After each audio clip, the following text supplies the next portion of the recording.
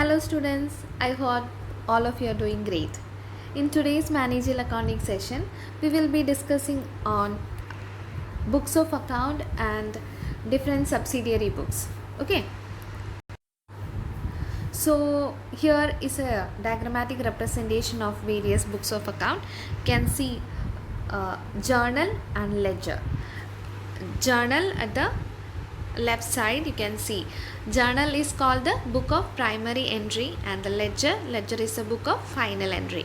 And in journal you can see many subsidiaries like purchase day book, sales day book, return inward book, return outward book, general journal, cash book, and all these subsidiaries of journal are termed as subsidiary books.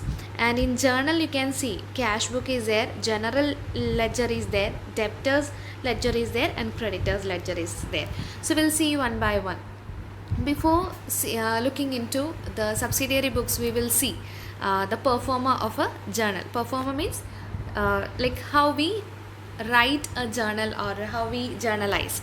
So in journal, the performer of journal, we will be putting there will be a date column, and in that we will be entering the transactions, or we will be entering the events according to the date, that is chronological order. And there will be the name of account, what kind of account, and the name of the account will be mentioned.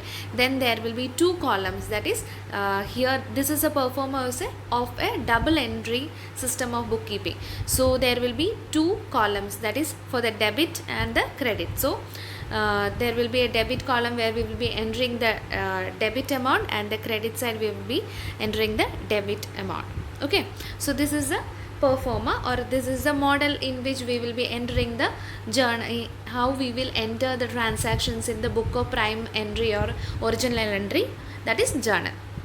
And you can see like at the end of each event or each transaction, we will be giving a description of the journal entry. Okay, and for the debit account, the account which have been debited, we will be marking DR, we will be representing by DR, that is debited. And the account which is credited, we will be mentioning as CR, that is credited. Now we'll see what are the major important features of journal. The features of journal include this is termed as the book of original entry, of book of primary entry, because all the transactions are recorded first into the into journal. That's the reason it is termed as book of original entry. Second point is, this is a source of document. The source of document is required to be recorded in recorded the transaction in journal. The third point is, in this book the transactions are recorded in chronological order. That means like according to the occurrence, that is in order of the occurrence. When does it happen? Like if we want to enter the transactions or the events that occurred in a month, so we'll be entering from date 1 till date 31st. So that is chronological order. And the process of recording transactions in journal is called journaling or journalizing. And finally, the journal provides date-wise complete record of transactions along with documentary evidences available to prove the occurrence of transaction.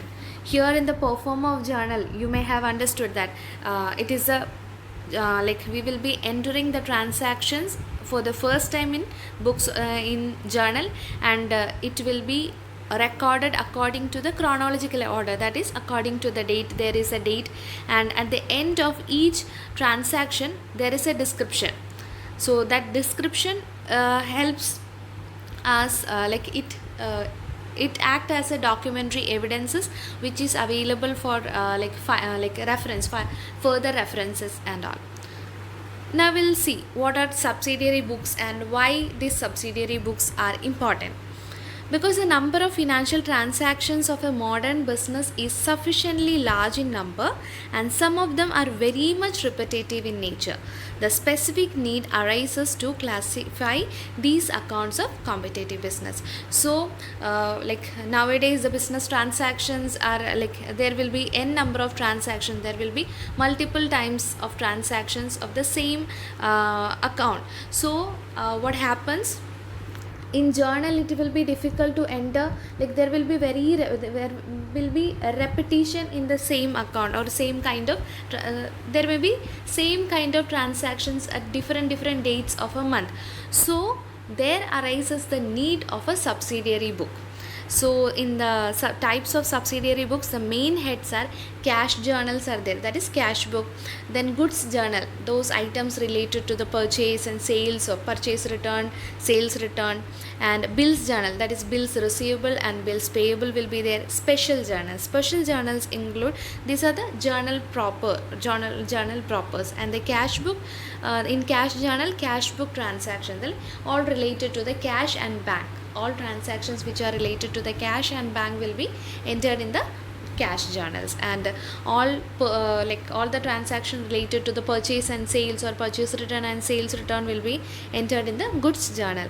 And like the transactions related to the bills receivable and bills payable will be entered in the books of bills journal. Now we'll see what are the advantages of subsidiary books, or what is the advantages of maintaining a subsidiary book. First one is division of work. Since in place of one journal there will be so many subsidiary books, the accounting work may be divided among us the number of clerics. So like in an organization, if there is a number of transactions that is happening related to goods, so there will be different journals related to purchase book will be the purchase related things will be there, and purchase related aspects will transactions will be entered in the purchase book, then related to sales. So division of work, and it helps for the easiness of checking and easiness of entry also. So division of work, that is the first advantage of maintaining a subsidiary book. Second is specialization and efficiency. When same work is allotted to a particular person over a period of time, he acquires full knowledge of it and becomes efficient in handling it. Thus, the accounting work will be done efficiently. Third point is saving of time. Various accounting processes can be undertaken simultaneously because of the use of number of books. This will lead to the work being completed quickly. And the fourth advantage is availability of information. Since a separate book or register is kept for each class of transaction, the information relating to each class of transaction will be available at one place. And finally, facility in checking. When trial balance does not agree, that means the balances in the trial balance is not agreeing, or it's not same, like the credit and debit balance is not same, at that time the location of the errors or errors is facilitated by the existence of separate books. Even commissioning of errors and frauds will be checked by the use of various subsidiary books. So these are the major advantages of maintaining a subsidiary book. That is, first point is division of work, second is specialization and efficiency will be improved, saving of time, like wastage of time can be minimized, availability of information, the information will be like all kind of information, for example all kind of information regarding to the purchase will be available in the purchase book. Otherwise, if we are entering everything in a general journal, we have to just check, like we have to go through each pages. So if we maintain a subsidiary book, it will be easy to assess the information, that is availability of information. And finally, facility in checking. Now we'll see what is ledger. We have seen what is journal. Journal is the first book in the books of account, and it is also known as book of original entry. And now we'll see what is ledger. Ledger, a group of account is known as ledger. Ledger is the chief book of account. So it may come in the multiple choice or fill in the blanks, like ledger is dash book of account. So it is the chief book of account. A ledger is a book which contain various accounts in which entries made in the journal are transferred. The ledger is called the book of final entry. Okay, and the process of entering into ledger is termed as posting. Okay, so all the transactions entered in the primary book, that is the original entry book is journal, will be transferred to ledger. And this is a performer of a ledger. Like in ledger also there will be two sides, that is a debit side and a credit side. the debit side comes in the left side and credit side comes under the right side. So like here the date will be there, then the particulars like what kind of account, what was the transaction, that will be entered. Then there is JF, means journal folio number, like what is the number of journal, that will be entered. Then the amount related to the debit, and date. Then again for the credit we will be entering. So we will see what are the major differences, or like what is the major differences between the book of primary entry and or book of original entry and book of final entry. So in relation like in regards to the nature of book, journal is prime entry book and ledger is secondary entry book. On the basis of preparation, the source of document of transaction, their journal act as a source of it act as a document of transactions. And in relation to ledger, the source of like we will be taking the source of documents are from subsidiary books or journal. Okay. And the first stage of recording, journal the first stage of recording and ledger is second stage of recording. In relation to objects, journal, the object is to record all transactions in the chronological order means order of occurrence. Okay. And the object of ledger is to know the net effect of various transactions affecting the particular account. Okay. That is just to check the net effect, like whether the account is going in a credit balance or a debit balance. Okay. And balancing, in relation to balancing, journal not balanced but debit and credit amount remains the same. And ledger, there will be always a balancing, there will be a closing balance and opening balance in ledger. Okay. So it will be balanced, and in ledger it is made sure that both the debit balance and credit balance remains the same. In journal we will be writing narrations, and in ledger we will not be writing any narrations. In the name, in regards to name of entry, like name of entries in journal, the process of making entry is termed as journalizing, and in ledger it is called as ledger posting.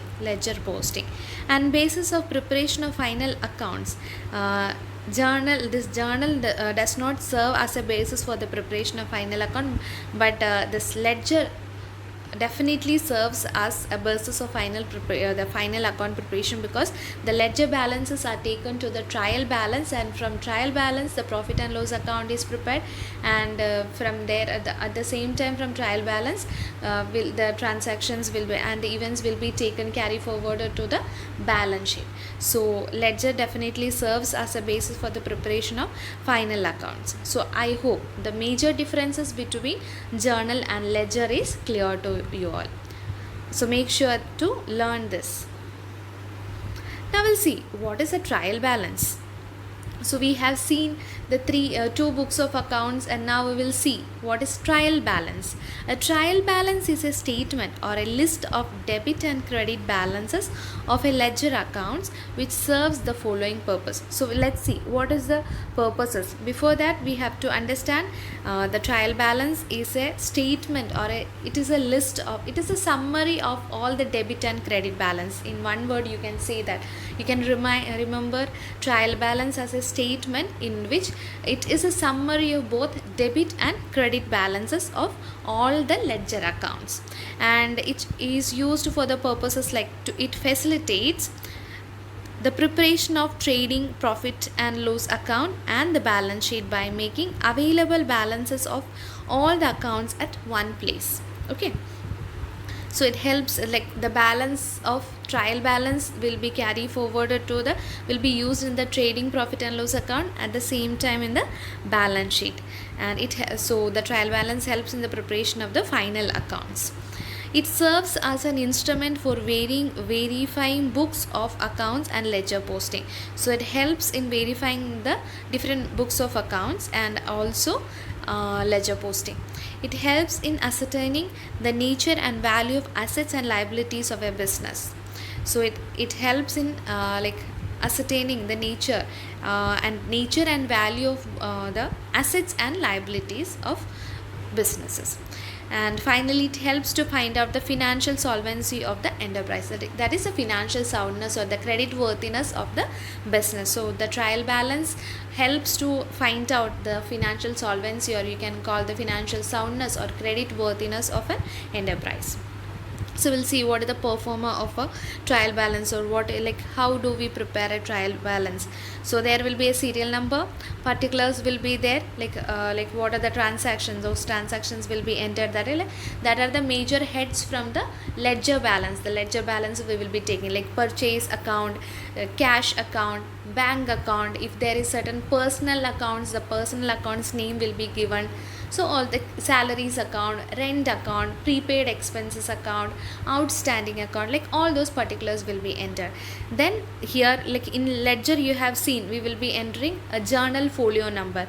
Here in trial balance, since we are taking like we are entering the transactions, or we are making entries from ledger, we will be entering a ledger folio number, then the debit balance and the credit balance. So, and finally there will be a total, and in trial balance the debit and credit balances should be same, that should be equal. So this is the major books of account and subsidiary books. So I hope the session is understood to you all, and if you feel any difficulty, get back to me. Thank you.